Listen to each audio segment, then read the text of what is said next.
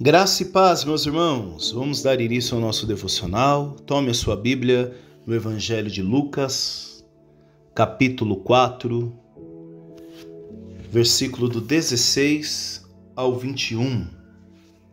Lucas, capítulo 4, versículos do 16 ao 21. Vamos ao texto. E chegando a Nazaré, onde fora criado, entrou num dia de sábado, segundo o seu costume, na sinagoga, e levantou-se para ler.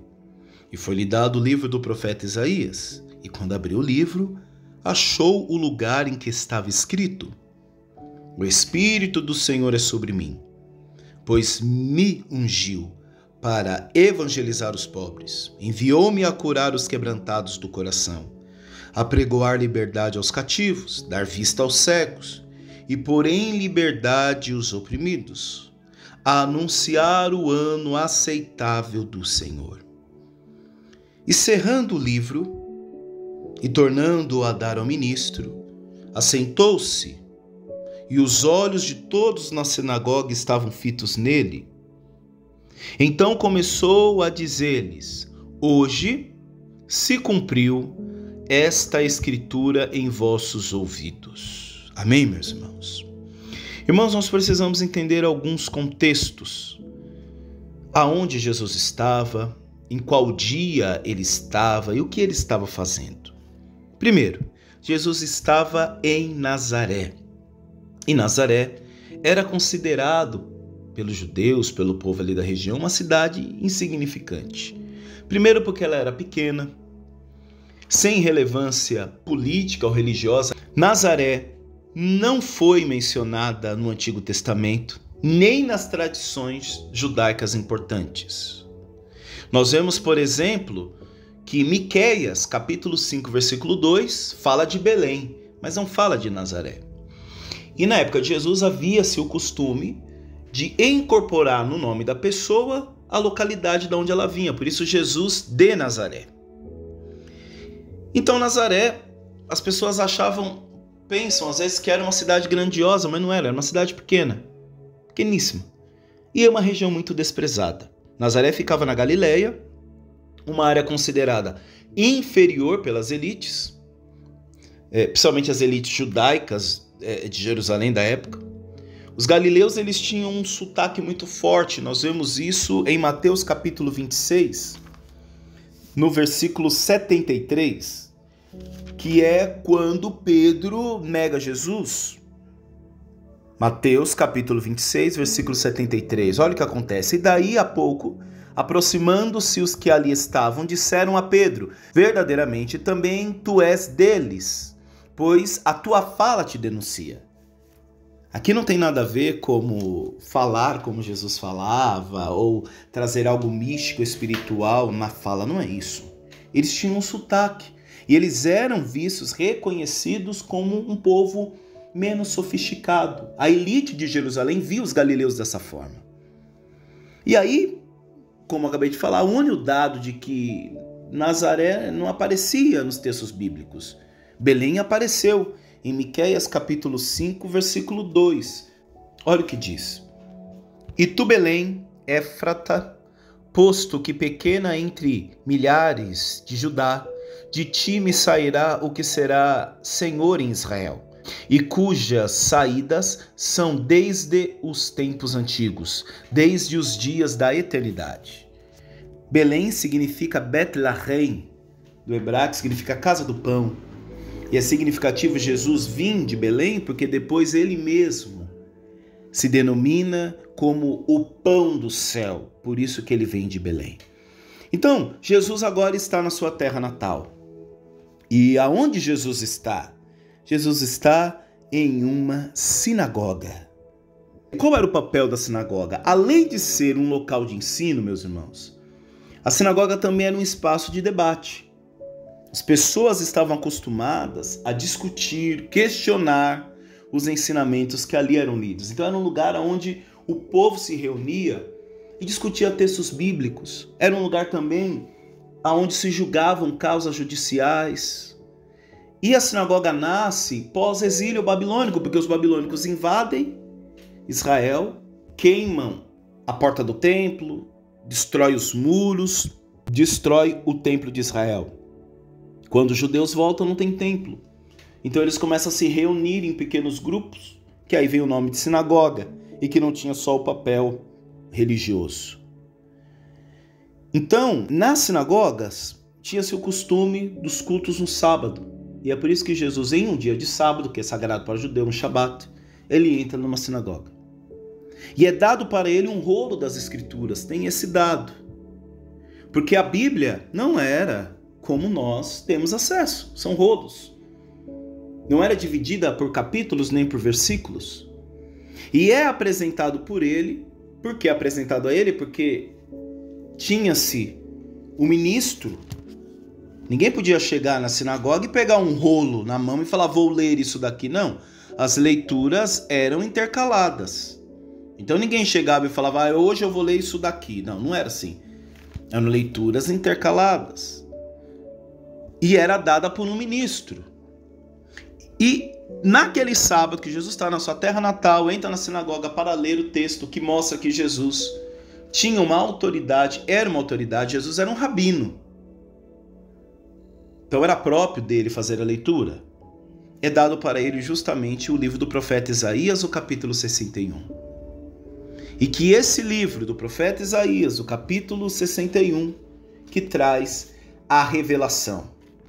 Qual revelação? O Espírito do Senhor está sobre mim. Em algumas traduções, o Espírito do Senhor é sobre mim. Veja o detalhe no versículo 17. E foi-lhe dado o livro do profeta Isaías. Então tinha um ministro que entregava o livro para ele. E quando abriu o livro, achou o lugar em que estava escrito.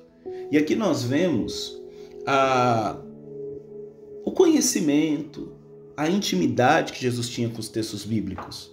Uma vez eu torno a dizer que a Bíblia não estava dividida entre capítulos e versículos. E diz aqui o texto que ele achou o lugar em que estava escrito. Jesus bateu o olho e viu ali escrito. E leu, que era o capítulo 61 de Isaías. Depois, folheiem aí a sua Bíblia, Antigo Testamento, capítulo 61. São as mesmas palavras que Jesus repete aqui em Lucas capítulo 4. E o que ele diz? O Espírito do Senhor, aqui na minha tradução está escrito, é sobre mim. E como é bonita essa ideia de que o Espírito do Senhor não está sob, mas o Espírito do Senhor é sobre mim. Um Espírito que está dentro de nós, um Espírito que se move em nós. E aí ele diz, pois me ungiu para evangelizar os pobres, enviou-me a curar os quebrantados do coração, a pregoar liberdade aos cativos, dar vista aos cegos e pôr em liberdade os oprimidos e anunciar o ano aceitável do Senhor. E quando nós vemos esse texto, fica um pensamento para nós, de que todo avivamento, de que toda experiência com o Espírito Santo é uma experiência de envio. É o poder para alguém. O poder de Deus vem sobre nós para alguém. O poder de Deus não para em nós, não pode parar em nós.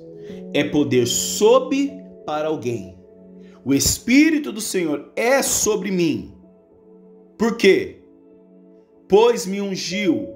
Para quê? Para evangelizar. E aqui, unção, no Antigo Testamento, ela trazia a ideia de separação. Quando Samuel vai à casa de Jessé e unge Davi, ele é separado para ser rei de Israel. Assim era. Hoje é a imposição das mãos. Algumas denominações usam o óleo. Essa não é a discussão. Mas a unção significa separação. Você é separado para tal missão. E aqui Jesus deixa claro qual é a missão dele. Ele foi separado para isso. Por isso que o versículo 20 diz que todos os olhos depois ficaram fitos nele. Porque Jesus estava falando, essa palavra se cumpre em mim. Aquilo que está em Isaías 61, que o profeta disse lá no Antigo Testamento, está se cumprindo em mim. Eu sou ungido do Senhor. Eles não entenderam. E o que eles levaram em conta diante de uma revelação espiritual? levaram em consideração a casta, levaram em consideração a árvore genealógica, levaram em consideração o lugar geográfico, porque o versículo 22 eles começam a questionar, e todos lhe davam testemunho, e se maravilhavam das palavras de graça que saíam de sua boca, e diziam, não é este o filho de José? Ou seja, não é esse o Nazareno? Não é aquele que Natanael disse, mas pode vir algo bom de Nazaré? Não é esse que veio dessa cidade pequena e insignificante?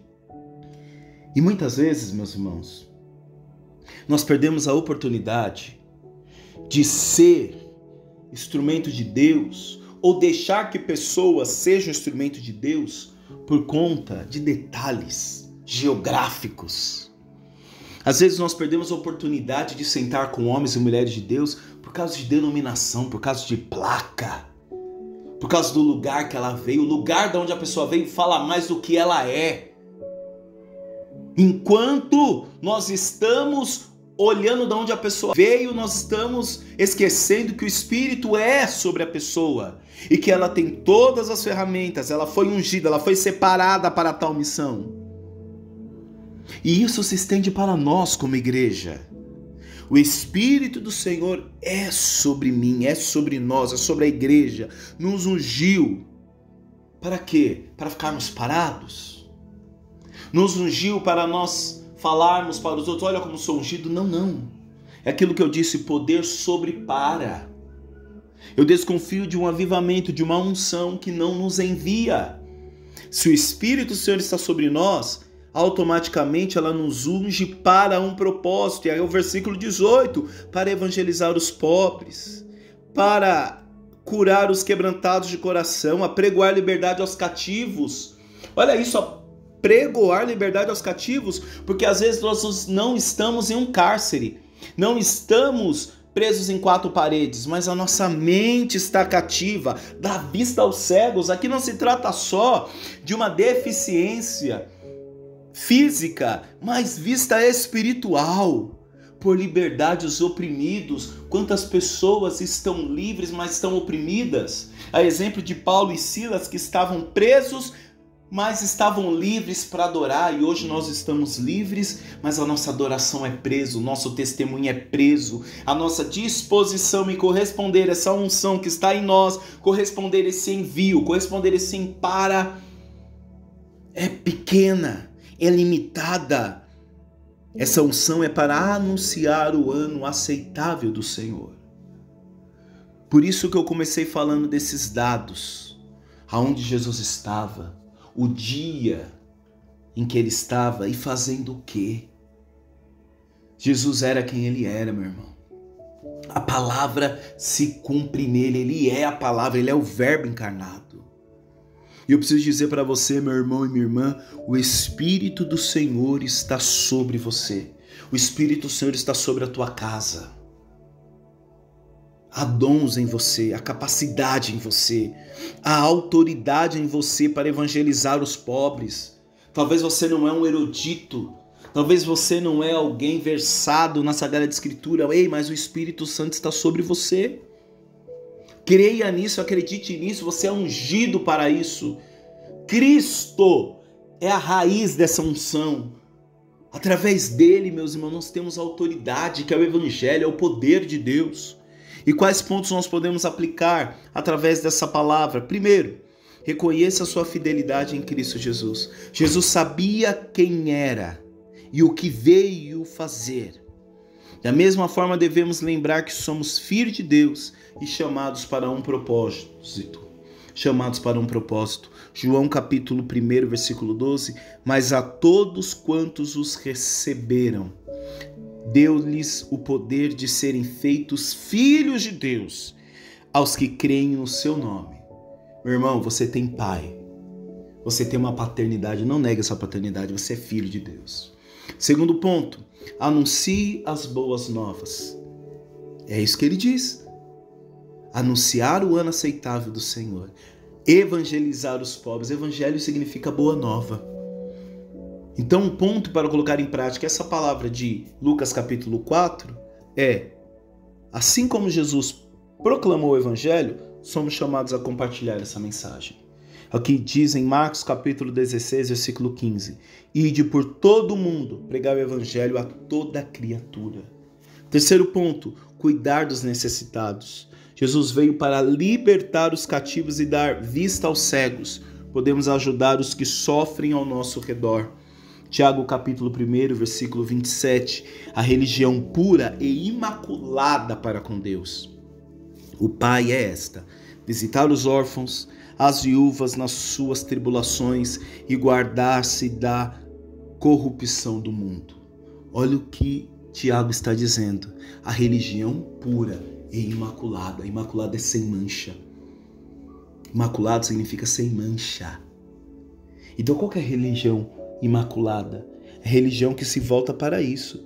Porque o próprio Senhor disse em Êxodo: eu faço justiça pelo órfão, pela viúva e pelo estrangeiro. Ora, se a nossa religião não nos leva a nos atentar para aquilo que Deus atenta, a cuidar daquilo que Deus cuida, porque ele diz, olha, ao estrangeiro não afligireis, porque ele faz justiça pelos estrangeiros. Ora, se a nossa religião não nos leva a ter atos de justiça como Deus pediu, se os nossos atos de justiça negligenciam aqueles que Deus dá importância, a nossa religião é maculada.